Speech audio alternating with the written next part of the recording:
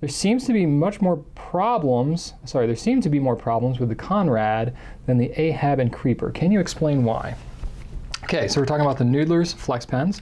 So the Konrad is kind of the middle size one. It was the latest of the bunch to come out. The Creeper, the skinny one, was the original to come out. It's got the smallest nib. It's a very thin pen.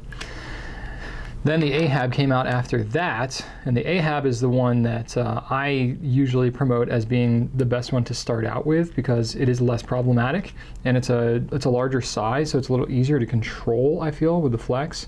It has a piston, but you can also remove the piston to convert it to an eyedropper, so it's a little more versatile as well. Gets the biggest ink capacity. But the Konrad is actually a nicer size for most people. It's more the middle of the road size.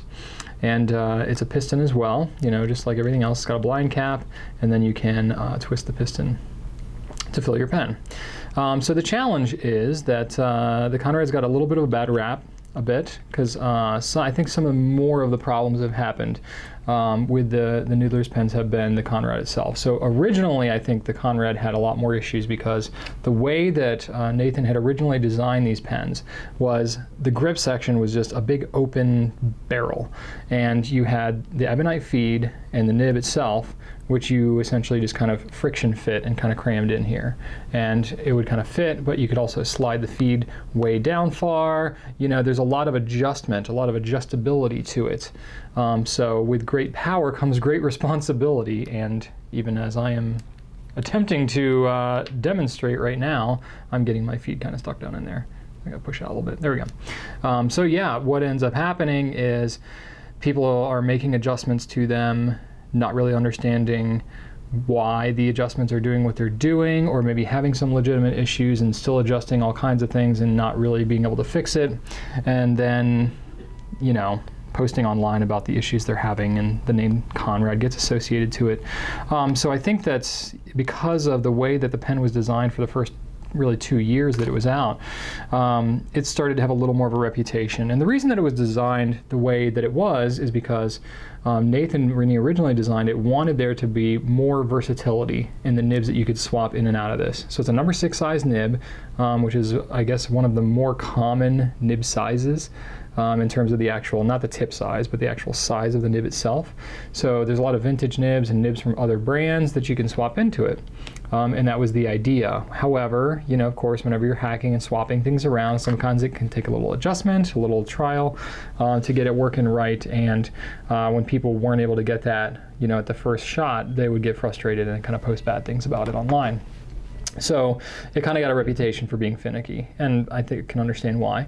But I also know that the factory that these pens were made in was different than the other two, and Nathan had some trouble at first with quality control, especially with the diameter of those barrels being consistent when he was having the Konrads made up in the beginning. He's worked through all that stuff now. They're actually all made in the same place now. But you know, Nathan Tardif is one man, and he's having these made overseas in India, the pen bodies themselves anyway. And he's got some logistical things to work through with that, as any pen company does, right? So there's a lot that goes into making these pens, as you can imagine.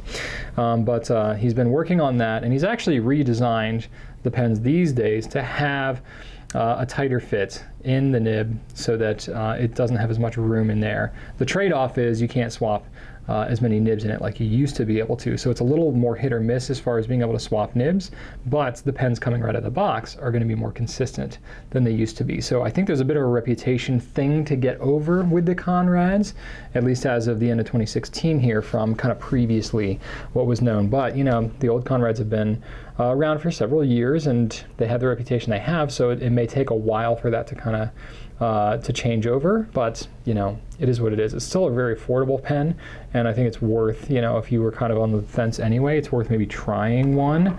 But still, for me, the Ahab is kind of the go-to as far as, you know, really getting into it. But a lot of people like the Konrad too, so I think it's worth a shot, but that at least gives you a little bit of context as to maybe why you see some stuff on there about the Konrad.